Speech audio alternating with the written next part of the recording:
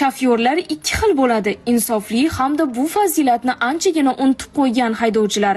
Birinchisi, insofli shofyorlar haqida gapiradigan bo'lsak, ular qoidalarga amal qiladi. Piyodalar va boshqa haydovchilarni chuqur hurmat qilib, umuman olganda kamtar va insofli bo'lishadi. Ikkinchisi, insoniy fazilatni unutib qo'ygan haydovchilardir. Ular pavorotnikni yoqmasdan buriladi. Piyodalar o'tish yo'lida odamlarga yo'l bermaydi. Ular uchun remen taqish begona. Besabab signal chaladi. Kaltafahmligi uchun tez yurishni avtoritet deb o'ylaydi. O'ziga bino qo'ygan bo'lganligi uchun xavfli vaziyatda ham tez haydaydi. Qizilda yuradi. Ushbu videoni shunday tanishlaringizga yuborib qo'ying. Siz o'zingiz qaysi toifadaman deb o'ylaysiz? Fikringizni izohlarda yozib qoldiring. Bizni kuzatishda davom eting, chunki siz bilmagan sari xabarlar hali oldinda.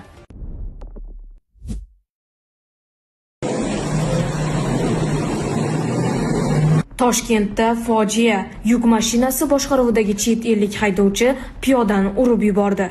Toshkent shahrida ayanchli avtohalokat yuz berdi. Dastlabki ma'lumotlarga ko'ra, voqea poytaxtning Qo'yliq hududida 39-shifoxona yaqinida sodir bo'lgan. Aytishlaricha, yuk mashinasini boshqarib kelayotgan haydovchi chet davlat fuqarosi bo'lib, u harakatlanish jarayonida bir piyodani urib yuborgan. Eng achinarlisi, piyoda voqea joyida halok bo'lgan. Hozirda hodisa tafsilotlari o'rganilmoqda. Haydovchilar, ayniqsa katta hajmdagi yuk mashinalarini boshqarayotganlar, e'tiborli, mas'uliyatli va hushyor bo'ling. Chunki bitta xato qaytarib bo'lmas oqibatlarga olib kelishi mumkin. Marhumning yaqinlariga esa chuqur hamdardlik bildiramiz. Bizni kuzatishda davom eting, chunki siz bilmagan sari xabarlar hali oldinda.